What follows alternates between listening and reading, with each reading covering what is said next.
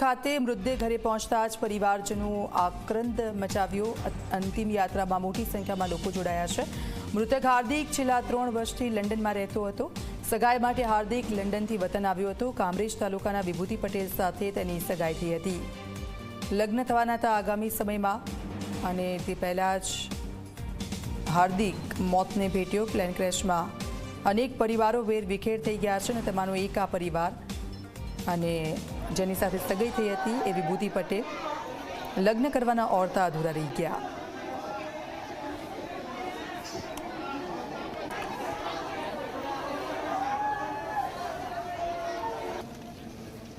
વાલસો દીકરું ગુમાવતા પરિવારજનો આક્રંદ કરી રહ્યા છે।